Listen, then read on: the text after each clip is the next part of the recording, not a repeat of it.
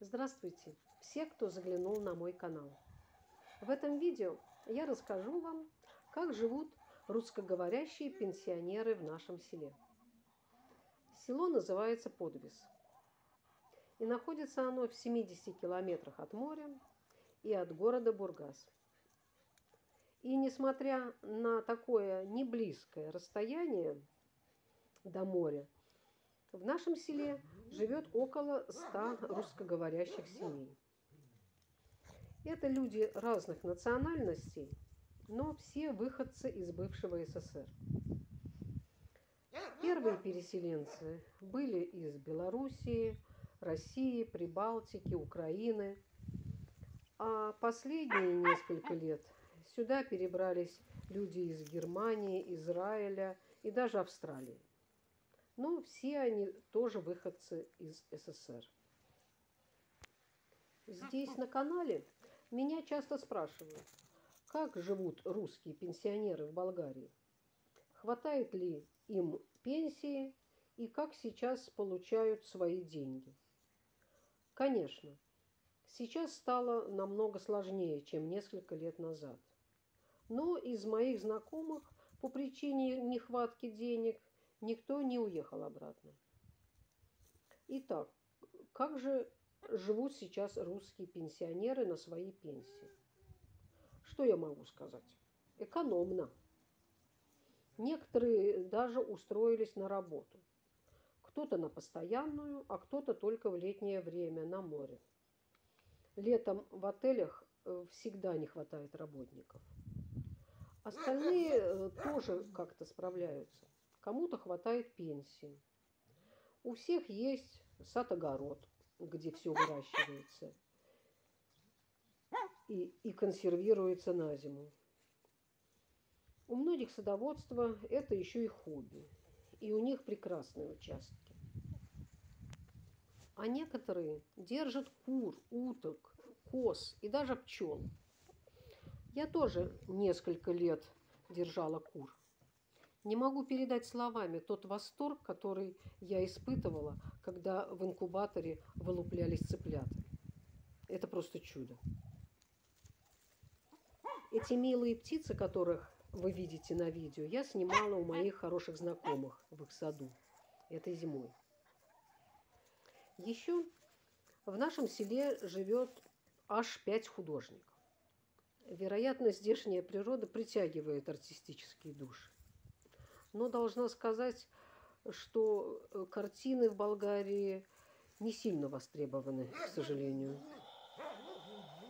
Не у всех наших пенсионеров есть свои автомобили. Но всегда можно договориться с теми, кто с машиной, чтобы доехать до города или еще куда-нибудь. Получать пенсию россиянам в последнее время тоже стало не совсем просто. Но варианты получения есть. В некоторых болгарских банках сейчас можно снимать деньги картой UnionPay. Второй вариант – это обмен денег у частных лиц. В Фейсбуке дают объявления те, кто предлагает обменять наличные лево на безналичные рубли. А третий способ – это криптовалюта. В одно время даже приходилось ездить в Турцию, в турецкие банки, для того, чтобы снять деньги там. Ехали обычно в складчину, несколько человек на одной машине. Из-за такого тесного общения между собой многие из нас до сих пор не очень хорошо знают болгарский. Что, конечно, неправильно, но неизбежно, когда вокруг все говорят на русском. И даже многие болгары, когда понимают, что вы русский, то тоже стараются говорить на русском. Вот так вот мы и живем. Поэтому тем, кто привык жить в роскоши и комфорте, я не рекомендую сельскую болгарскую жизнь. Да и вообще жизнь в Болгарии. Приехать летом отдохнуть – это одно, а жить постоянно – это совсем другое. селах Болгарии могут ужиться лишь те, кто стремится быть ближе к природе, мечтает жить в гармонии с миром, в тишине и умиротворении.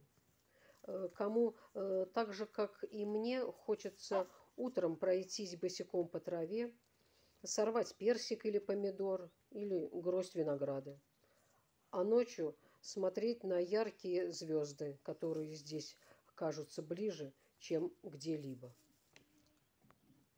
Ну, а тем, кто приехал уже из других стран, им, конечно, намного легче. На их пенсии в Болгарии можно не париться и не особо экономить. Но и они обычно не сидят без дела. Кто-то сам дом ремонтирует, кто-то огородом занимается. Вот так, скромно и дружно, живут пенсионеры из бывшего СССР в нашем селе. Пишите, задавайте вопросы, если вас все еще интересует жизнь Болгарии после всего того, что я рассказала. Всего доброго.